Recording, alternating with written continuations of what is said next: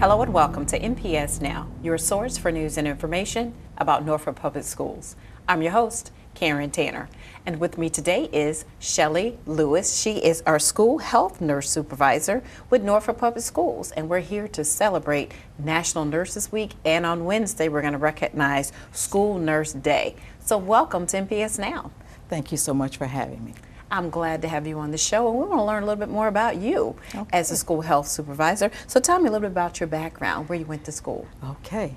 I started my basic nursing background with the Central School of Practical Nursing at the Norfolk Technical Vocational Center. Wow. From there, I continued my education at Norfolk State University and obtained an associate degree and a bachelor's degree in nursing. So you are a product of NPS. Yes, yes. We can proudly say. Yes, a graduate of Booker T. Washington High School. Go Bookers. Yes. All right. So how long have you been a nurse? 40 plus years. 40 plus years. Yes. Where did you work?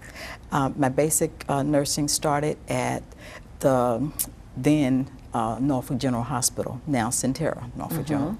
And from there I worked various units, med-surg, critical care, OR, inpatient and outpatient, nursery, mother-baby, so a variety of specialties. You just about worked in every department. I did a lot of travel, and it was just, I counted all joy.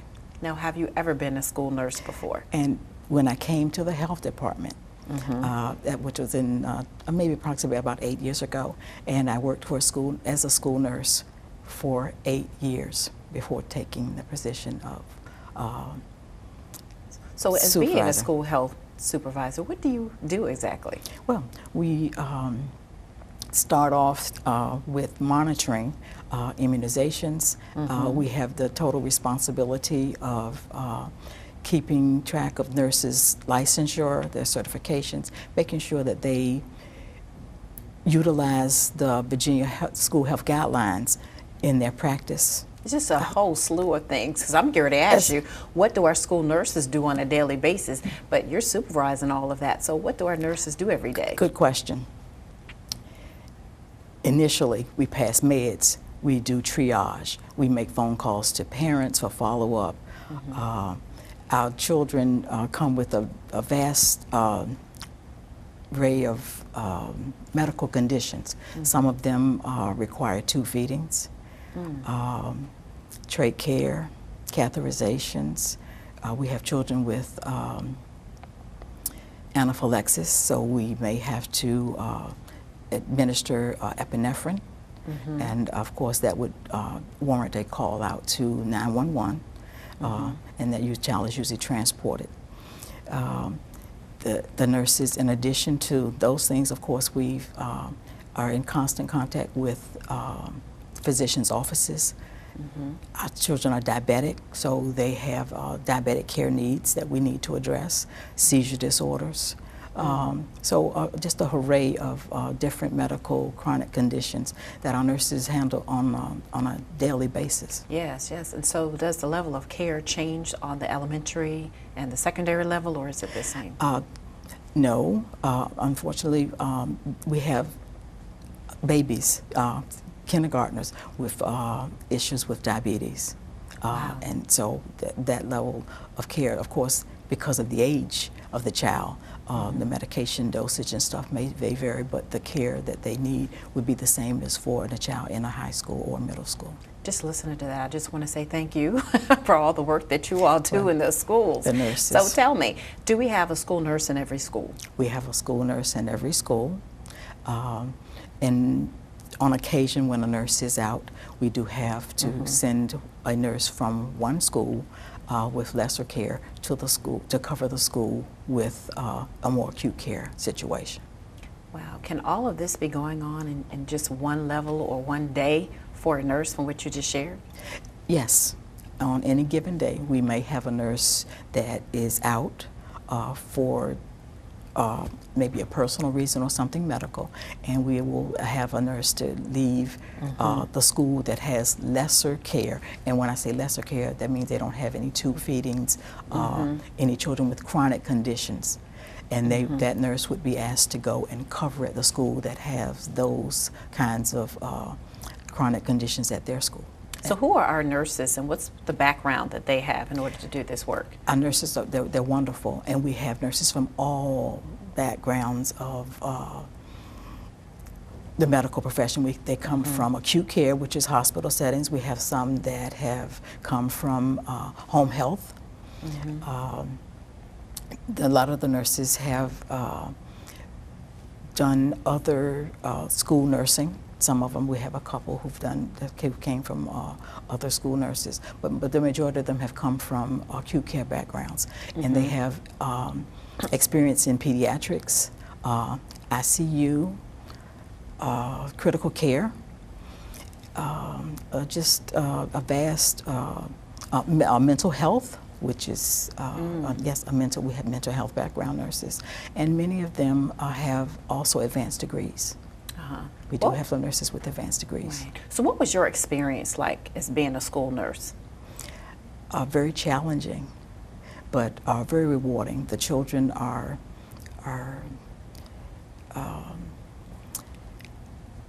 a joy to work with. They keep you on your toes.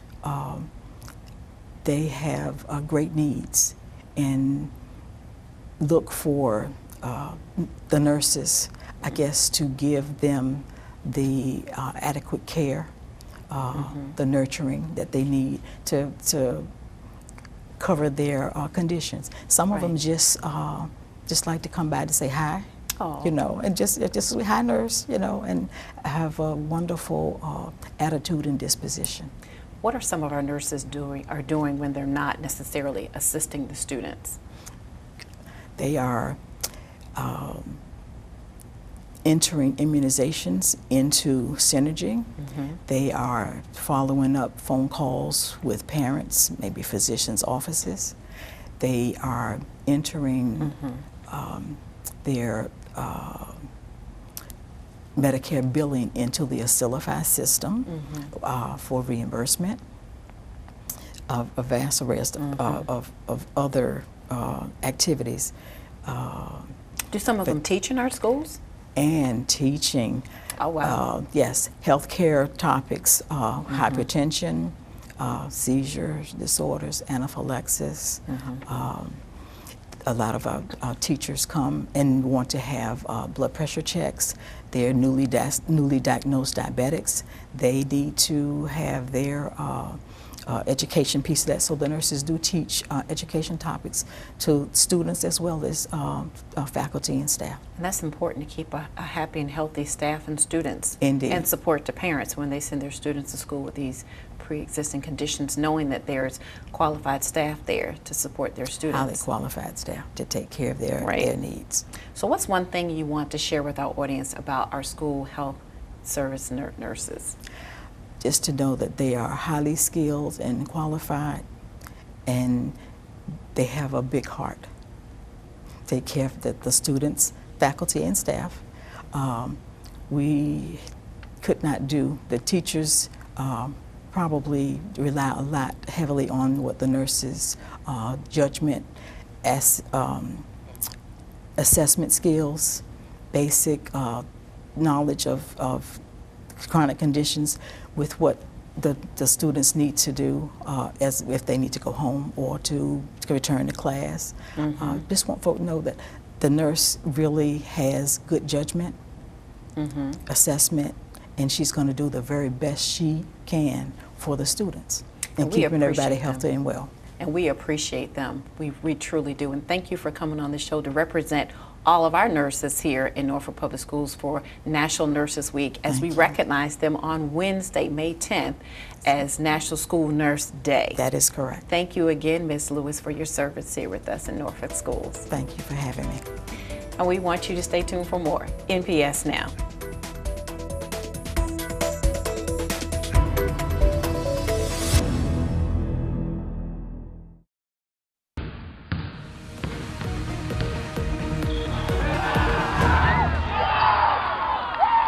Welcome back to NPS Now. I'm Steve Sutmiller, Senior Coordinator of Athletics.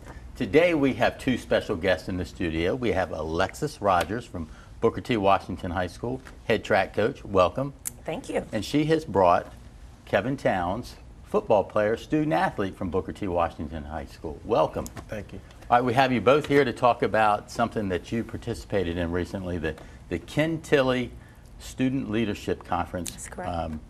Put on by the Virginia High School League. So Alexis, talk about the conference and then who attended, and we'll just have a little conversation about the conference. Okay, the conference was held in South Riding, Virginia, which is up in Northern Virginia. Myself, along with Coach DJ Alexander, our head football coach from Booker T, and about 6 student athletes accompanied us on the conference this week. We were also accompanied by students and advisors from Lake Taylor High School and also from Granby High School. And basically, it was just a leadership conference. It was an awesome conference for student athletes as well as for the advisors. It taught the student athletes a lot about leadership, and they were able to engage in a lot of activities where they did a lot of networking. The advisors, we attended sessions as well about how we can network and interest leaders in our own high school. Okay.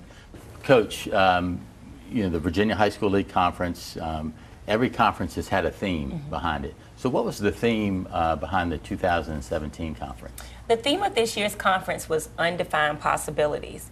When we entered on Friday for our big pep rally, all of us received a t-shirt that had that theme on it, undefined possibilities. And it was a big deal to have that theme because it showed our student athletes that regardless of race, regardless of sex, regardless of sexual orientation, we can all be leaders. We're undefined. No one should be defined based on any of those things. So the theme was awesome.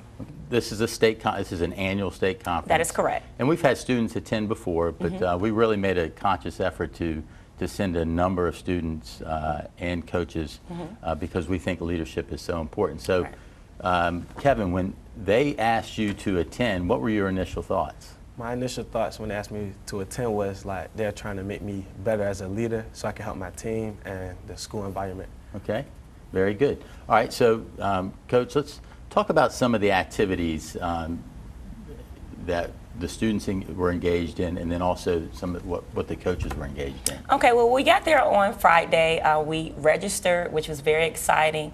The conference was actually held at Freedom High School.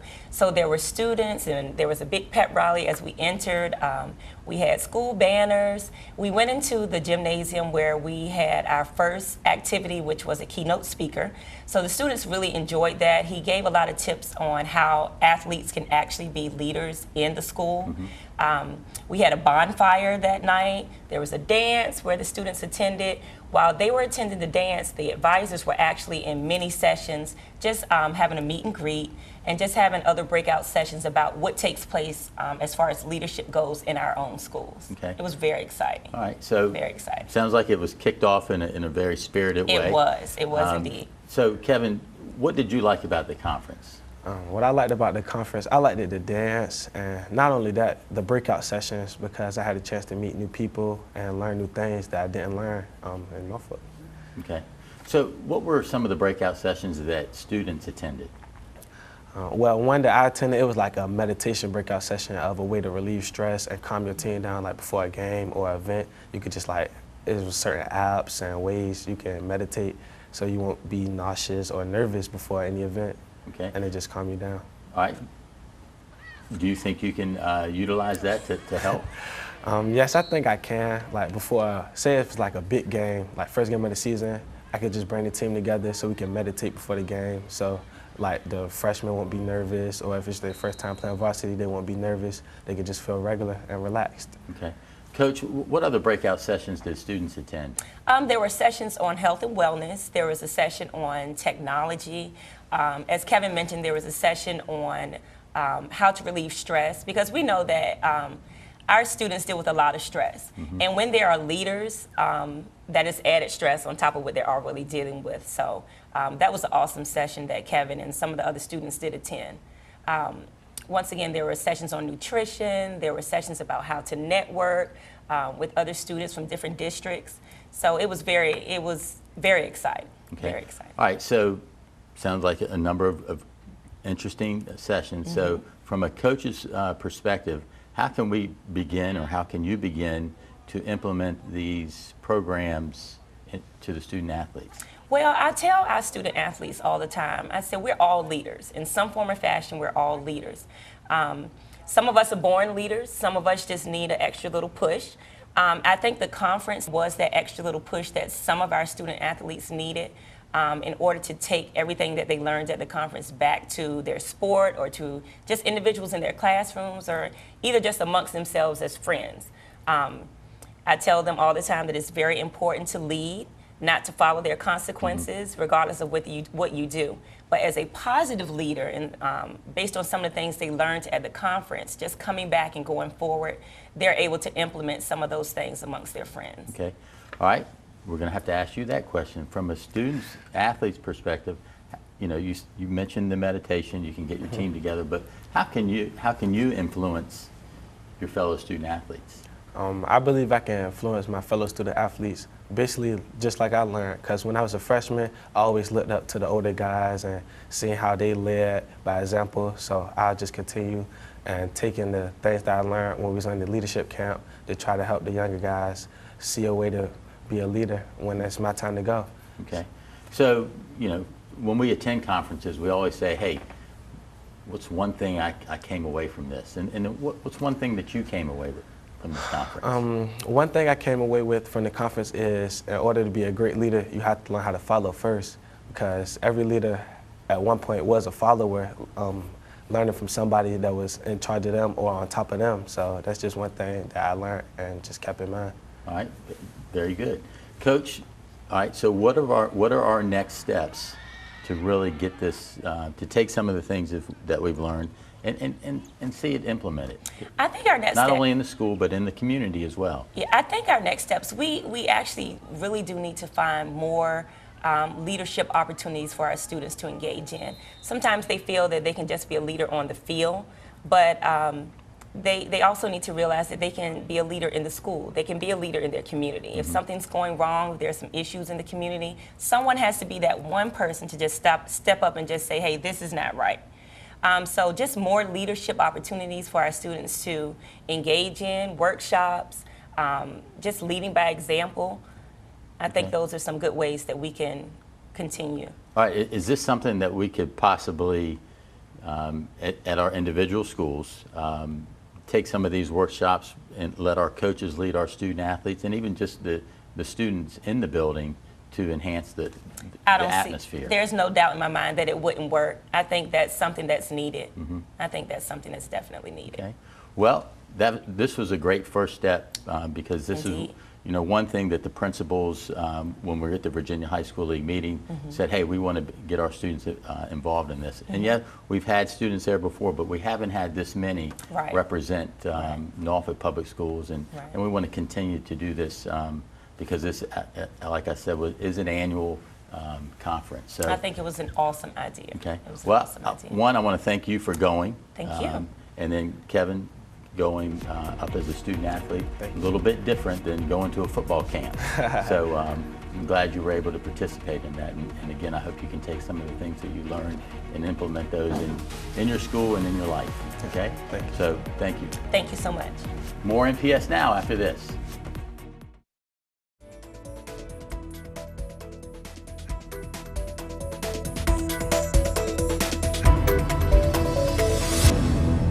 Thank you for watching NPS Now. It airs weekly on WNPS Channel 47, or you can view us online at www.npsk12.com. If you have any great story ideas or information you'd like to share, email us at nps_news@npsk12.com. Again, thank you for watching NPS Now.